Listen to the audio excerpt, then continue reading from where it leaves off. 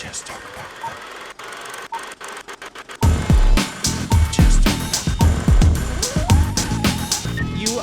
told all the time you're an icon, and you basically were in a show that shaped American culture to a certain extent for decades, and that most people can't say that they've been part of something that extreme or that powerful.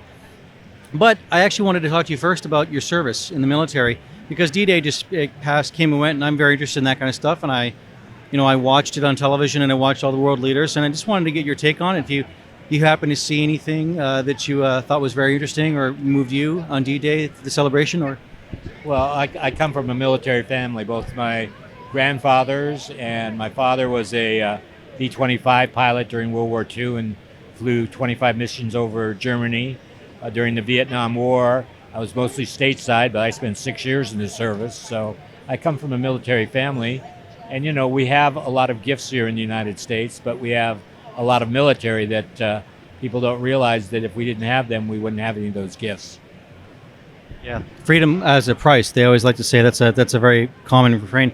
And actually, I told you that I remember doing a production sheet rather, and all I can remember about the branch was that it was sort of in black and white. It looked like it was an Air Force uniform, and you were like a general's aide. I was a general's aide. A lot of people knew I was in the service, though, because I gave out an Academy Award. And I was just out of boot camp. And so I came on. My head was still pretty much military grade. I had that haircut that they give you just as you go out. They give you when you come in. And then, 12 or 15 weeks later, they give you a second one, which you don't really need. So, but I was very proud to be in the military and met a lot of nice people. And although it was serving my country, I had a lot of fun. Yeah, and it's always nice. I mean, when you get to see somebody that's been in television, been a celebrity to a certain extent in different genre, but they're not too big to not contribute and not to volunteer their service. And I don't know, you, John Wayne, there's only so many actors in the world that have ever done served their country and been in basically a household name. So you're in a sort of very small group. Well, thank you very much. But it's a wonderful country, and there has to be somebody that does some of the hard work. And that wasn't very hard work that I had to do, but we have a lot of heroes that go unsung, and that's not me, but a lot of that do. I definitely wanted to ask this. This is one of the questions I remembered. The whole convention scene has changed a lot. Back when I was young as a kid, reading comics and liking superheroes we get you beat up. Now it's like it's a calling card. And I come to these events, and you must have seen a gradual change upwards in the popularity of this. And what's it been like for you to start, going to a couple conventions here and there, and suddenly it becomes a huge roller coaster, and now there are conventions everywhere, and you get invited all over the place. I mean, has this really changed your career, your experiences? Well, it does, but real honest for me, not so much, because from basically 1957, I've been doing personal appearances, and usually a personal appearance, I get up and I talk about Leave It to Beaver, and I talk about my life, and then I go out and sign autographs. So I've been doing it for years and years and years.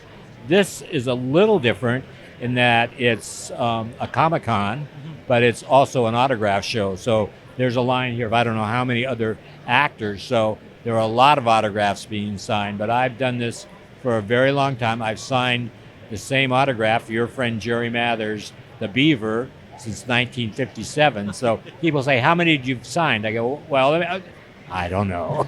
How many do you sign in your sleep? Not many, and I don't have any bad dreams about it. It's really nice. People say, I saw you on TV and I never thought I'd meet you. And I think to myself, I never thought I'd meet you either, but it's nice to know that people are still watching the show. A lot of people have their favorite episode. Now I say, well, now why is that one your favorite? I did that same thing when I was that age. And I say, you know what? That's great. The show was really about a little boy growing up in America with an older brother and a family.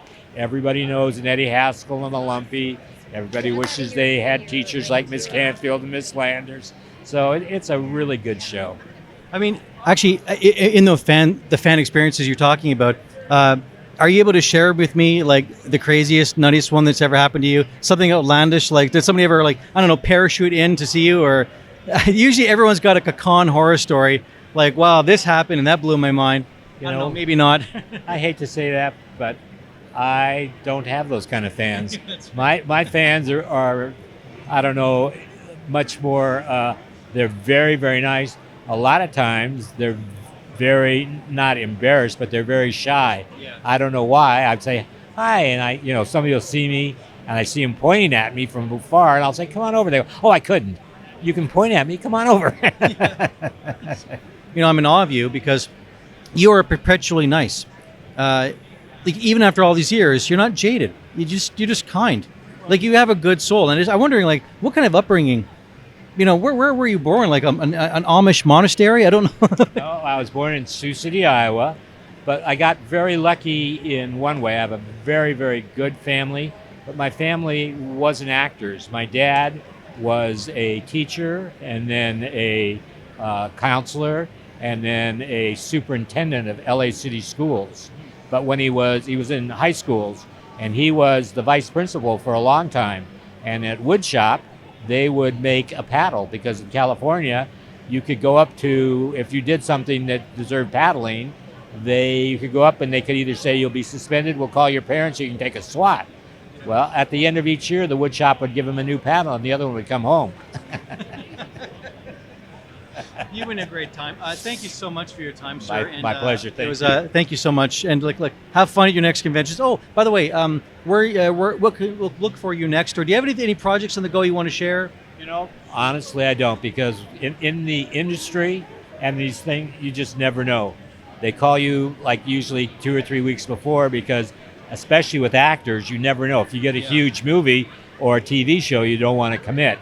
So you just wait, and if they call in the right time, so they usually advertise them about a week before, and if I'm available, I love meeting my fans. It's just really fun to come out here and just talk to them, and they have, great questions, and you say, okay, and, I've always wanted to ask you this. This is your chance. If you don't do it now, you probably won't get another, maybe. Hopefully you will, but you might not. And, and it's things like, was it a real house? It was a real house, but there were no innards to it. It's on the back lot of Universal. Well, I like to end an interview and then ask a second question, and then end the interview again. So that's what I've done. Then you started again. Okay. Yeah. What's your second question? No, that was it. That was well, let's go for a third. I want to be a pace setter. What's the third? No. I'm saying I screwed up because I ended the interview, and then I thought of a thing to ask you, what's coming next. Okay. And that was me And how many times have you done that? One out of every 4 times I do that. How many times have you done 2? Both 3 times in my life. Okay, well, let's make 2 more mistakes. And when we get it down, I can be a trendsetter. God, you're great. And see, again, you're on. You're like, you still got the, got it. You got it, kid. My wife, she doesn't believe it. Anyways, thank you so much, and My thank you pleasure. for your service. How about that? Thank you very much. Take care. Thank you.